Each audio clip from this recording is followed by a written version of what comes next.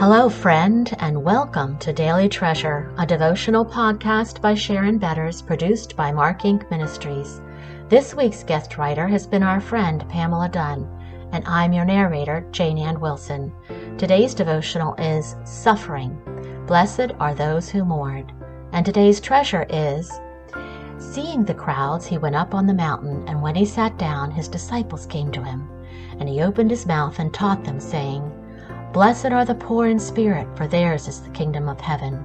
Blessed are those who mourn, for they shall be comforted. Blessed are the meek, for they shall inherit the earth. Blessed are those who hunger and thirst for righteousness, for they shall be satisfied. Blessed are the merciful, for they shall receive mercy. Blessed are the pure in heart, for they shall see God.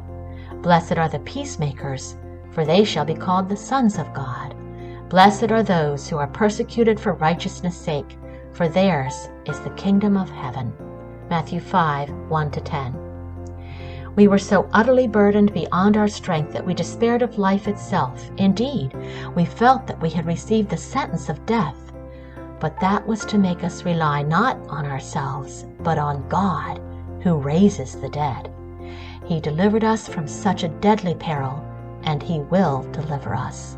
On Him we have set our hope that He will deliver us again. 2 Corinthians 1, 8b-10. Jesus spoke the Beatitudes as a pronouncement of blessing for the present and a storehouse of trust for the future. Blessed gems they were, pledges of assurance, comfort, provision, satisfaction, mercy, and hope. But the dichotomous mystery is that several of the blessings are in answer to a dearth, a sorrow, an unmet longing. Some are God's divine favor upon righteousness, but others are given for the hurting, the wanting, the suffering. It is against these harsh griefs that His exquisite goodness blooms most brightly. Into numbness, His presence is most palpable.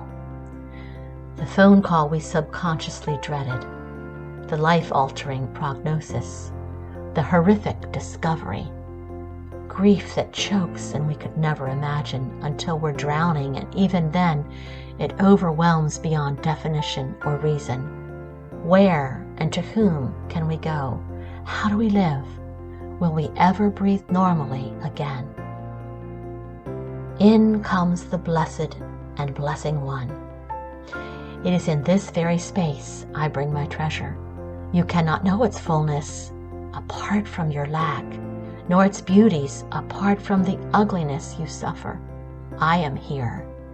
Take of my bounty, my beloved.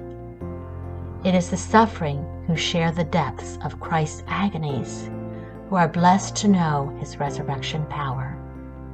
It is the weak who know His strength, the helpless who experience His Spirit's victory, the gasping and breathless who receive His divine resuscitation.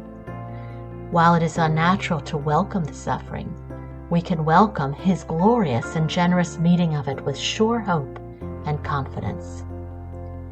Genesis 2:7, 2 Chronicles 20:12, Ezekiel 37, 1-10, Zechariah 4:6, Romans 7:24-25a, 2 Corinthians 12:7b and 8-10, and Philippians 3:7-11. What grief weighs as impossible and forever? What pain excruciating? What regret measureless? What despair all-encompassing? What if onlys darkly unanswered? What wound incurable? The God of all comfort is nigh.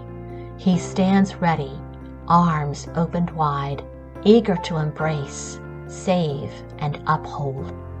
Mercy is His nature, unbounded love His way, resurrection His promise. Would we rest in those everlasting arms and trust His infinite goodness? Deuteronomy 33:27a, John 11:21-23, and 2 Corinthians 1:1-10. Father, apply your divine balm to mourning hearts. Bring comfort as only you can to their deepest blessing and your worthy praise. Amen.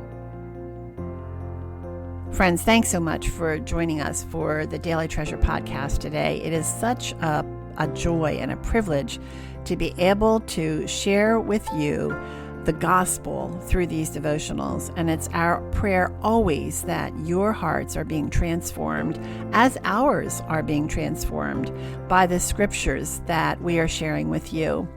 We also appreciate the opportunity to share with you another Help and Hope resource from our Help and Hope podcast. I want to introduce to you Jessica Harris, and our topic in the podcast is Women and Pornography, Breaking the Chains. You know, when you mention pornography, most people think, well, that's a problem for men. And yet, 76% of 18 to 30-year-old American women report that they watch porn at least once a month. And 3% of all women say they either thought they might be addicted or are unsure if they are addicted to pornography. This equates to 3 million women. Now, these stats are from 2018, so it's safe to say the numbers are growing. Is there help for women addicted to pornography? Well, Jessica shares her own story of how pornography drew her in when she was a middle schooler and how she found solace and acceptance through the internet and eventually chat rooms. Jessica describes the secrecy of her addiction and how it led to shame and guilt that she did not know how to break. And then a woman acknowledged to a group of young adult females that pornography addiction was a woman thing too.